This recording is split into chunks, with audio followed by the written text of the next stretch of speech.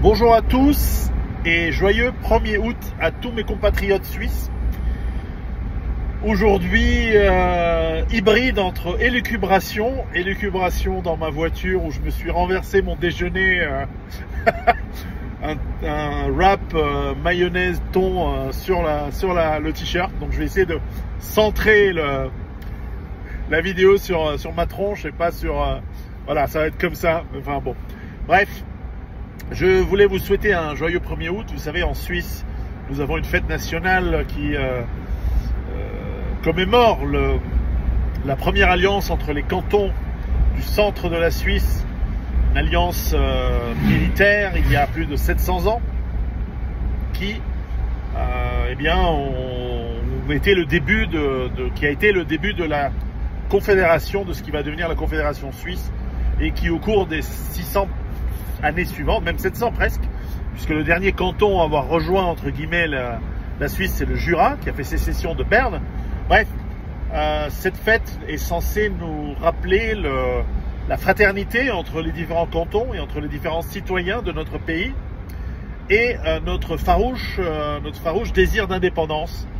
Et chaque année, depuis une dizaine d'années, je le dis, nous sommes de plus en plus dans une fragilité, dans un danger d'être, par la corruption de nos leaders politiques pour lesquels je n'ai pas voté, eh bien la Suisse est de plus en plus dans le danger d'être absorbée, mangée par ces escrocs et ces bâtards de l'Union européenne, qui méritent tous l'exécution par les pires des souffrances. Bref, ces derniers temps, vous avez peut-être entendu que ces derniers jours, il y a eu une sorte de leak, je ne sais pas comment dire, une fuite d'un discours de Trump lors de sa campagne présidentielle, où il expliquait comment il allait préparer en fait le conflit avec notamment la Russie, mais aussi la Chine. Alors vous savez, Confucius écrivait il y a 3000 ans, il faut écouter ce que disent les gens, mais surtout regarder ce qu'ils font. Je paraphrase. Eh bien, Trump a pu dire ça, mais ça ne veut rien dire. Vous savez, dans son livre The Art of the Deal, il explique qu'il faut il faut être parfois excessif dans ses demandes pour amener et agressif pour amener son interlocuteur à la table des négociations. Bon, très bien. Dont acte, Trump dit tout, son contraire, de manière incroyablement excessive. Ok, c'est le personnage, que ce soit voulu ou que ce soit son style. À la fin, ça importe peu parce que en face, vous avez une coalition de pays qui est une coalition peu formelle en réalité, mais qui est une coalition qui se structure de plus en plus et qui se cristallise au fur et à mesure des provocations américaines, et pas que américaines.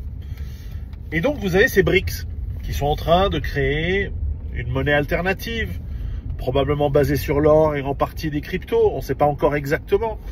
On sait qu'ils achètent massivement de l'or tout le temps, tous les jours, tous les mois. On sait qu'ils préparent quelque chose financièrement. L'alliance militaire n'est pas tout à fait là, néanmoins on voit très très bien que la Chine par exemple est en train de fournir massivement l'Iran d'armes antiaériennes. On sait que l'Iran par exemple a totalement soustrait son programme nucléaire, quel qu'il soit, avant les attaques américaines. On sait qu'il y a eu des vols des avions cargo chinois qui sont arrivés en Iran pendant ce conflit avec Israël, lorsque l'attaque israélienne a eu lieu, enfin pendant les jours qui ont suivi.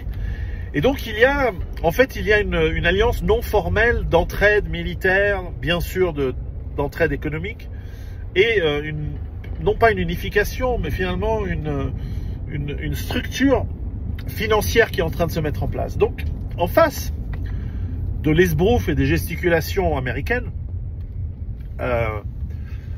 lorsque Trump dit « je vous donne 50 jours pour faire la paix en Ukraine », moi je pensais que c'était 24 heures une fois qu'il allait être élu, et qu'ensuite il dit « non, non, ça va être 12 jours », mais en face, je pense qu'ils se disent bah, on s'en fout de ce que tu dis, tu peux causer, mais nous, on ne bougera pas d'un millimètre notre stratégie qui marche bien, qui nous amènera, je parle à la place des Russes évidemment, qui nous amènera à une victoire totale et définitive en temps voulu.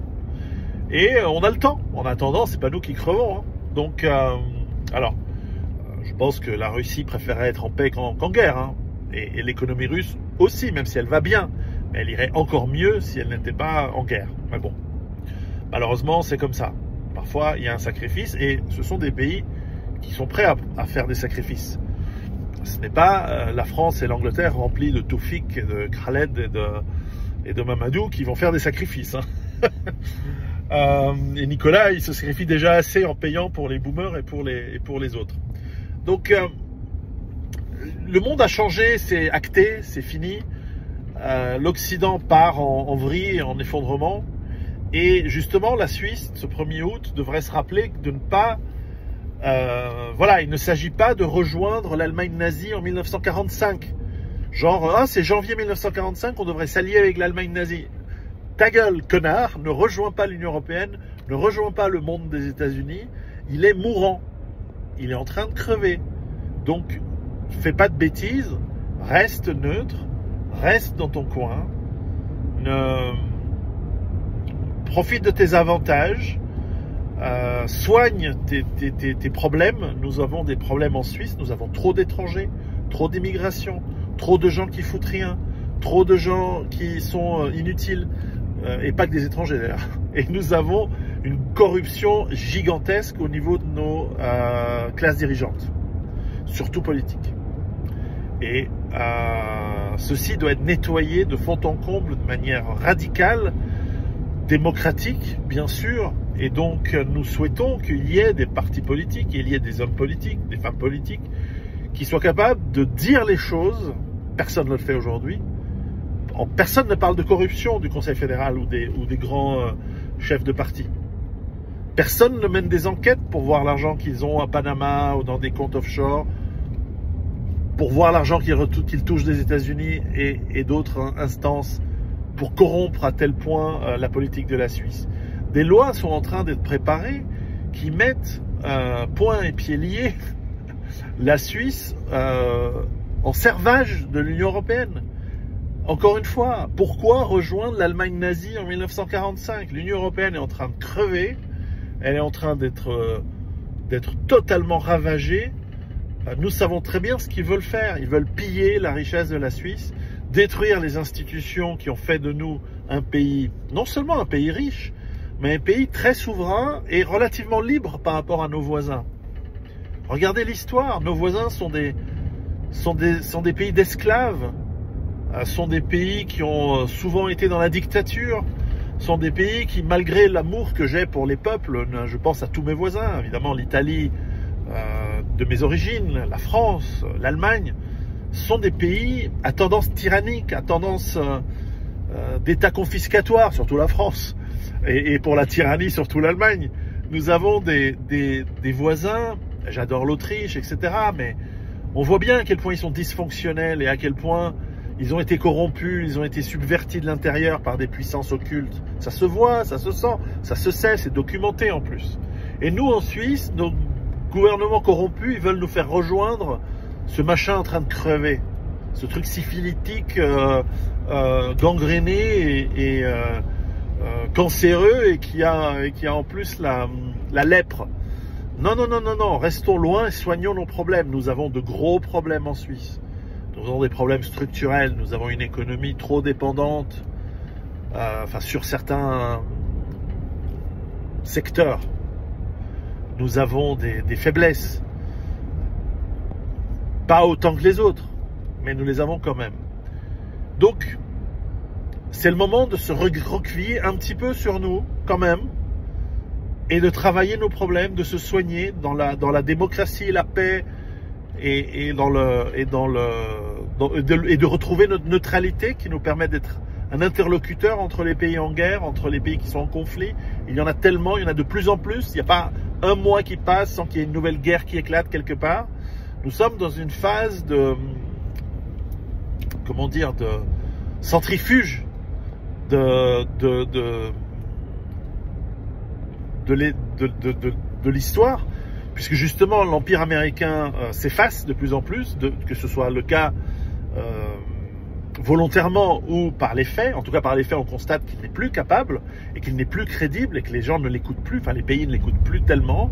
Alors soit il y a des pays clients qui l'écoutent, qui font semblant de l'écouter parce qu'ils touchent encore des avantages financiers sonnant et trébuchant sur le compte offshore, mais il y a beaucoup de pays qui n'en ont plus rien à foutre. Regardez le Brésil, sous pression américaine, ils les envoyaient chier. Regardez évidemment les pays du BRICS, dont fait partie le Brésil, mais tout le monde s'en fout ce que disent les États-Unis. Même moi, j'ai pas de visa pour aller aux États-Unis, on me l'a refusé. Mais en fait, j'en ai rien à branler.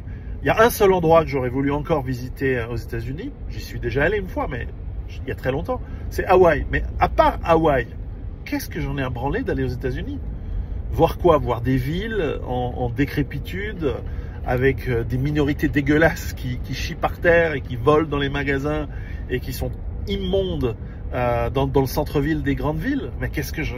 Et puis bon, alors oui, il y a des gens formidables aux États-Unis. J'adore la population américaine. J'aime aller voir, je sais pas, dans le Midwest, dans plein d'endroits. Mais bon, c'est un pays qui n'a plus aucune importance. Ils ont encore, oui, de l'armement qui marche de moins en moins. Ils ont encore ils sont dangereux, encore, plus ou moins. Mais qu'est-ce que j'en ai à foutre d'aller aux États-Unis? Ils sont devenus irrelevant. C'est bien pour l'humanité. Le problème, c'est la transition. C'est que ces cons, ils sont capables de nous foutre dans des guerres terribles, nucléaires, hein, donc, juste parce que leur élite refuse de perdre de leur pouvoir et de leur influence et de leur... ouais, donc ça va pas. Bref, c'est grosse réflexion profonde. Ouais, non, ça va pas. Bref, je voulais en ce 1er août surtout, au-delà de rappeler mes compatriotes suisses, à la sagesse ancestrale qui est la leur et celle de leurs ancêtres justement, d'avoir su créer et maintenir un pays neutre, un pays indispensable, tout en étant petit, modeste, à revenir sur ses racines et cette philosophie fondamentale. Quant à tous les autres, y compris les Suisses, je vous encourage, en ce 1er août, à vous préparer à des temps difficiles. Ça fait 15 ans que je vous le dis. Ça fait 15 ans que les choses s'empirent, année après année. Ça fait 15 ans que je vous dis, soyez prêts à des temps difficiles. Ces temps difficiles se rapprochent. Le processus de mise en difficulté, si on peut dire, est un processus constant, malheureusement, qui continue mois après mois, année après année. Nous avons déjà l'inflation, nous avons les guerres, nous avons la décrépitude et l'incompétence des dirigeants, nous avons la sclérose et l'immobilité des peuples, des nations qui s'accrochent à leur confort et qui ne voient pas que ce n'est qu'une cage dorée qui bientôt va disparaître pour laisser rentrer les fauves dans la cage, si vous voyez ce que je veux dire. Et nous devons nous préparer à ça. Nous avons des institutions incapables de fonctionner correctement, y compris en Suisse. Nous avons des forces militaires qui, dans le meilleur des cas, dans le meilleur des cas, sont encore avec le sens de la protection des citoyens et du pays. Mais c'est le cas de la Suisse, mais c'est pas le cas dans les autres pays. Dans les autres pays, malheureusement, c'est en train de devenir du n'importe quoi partout.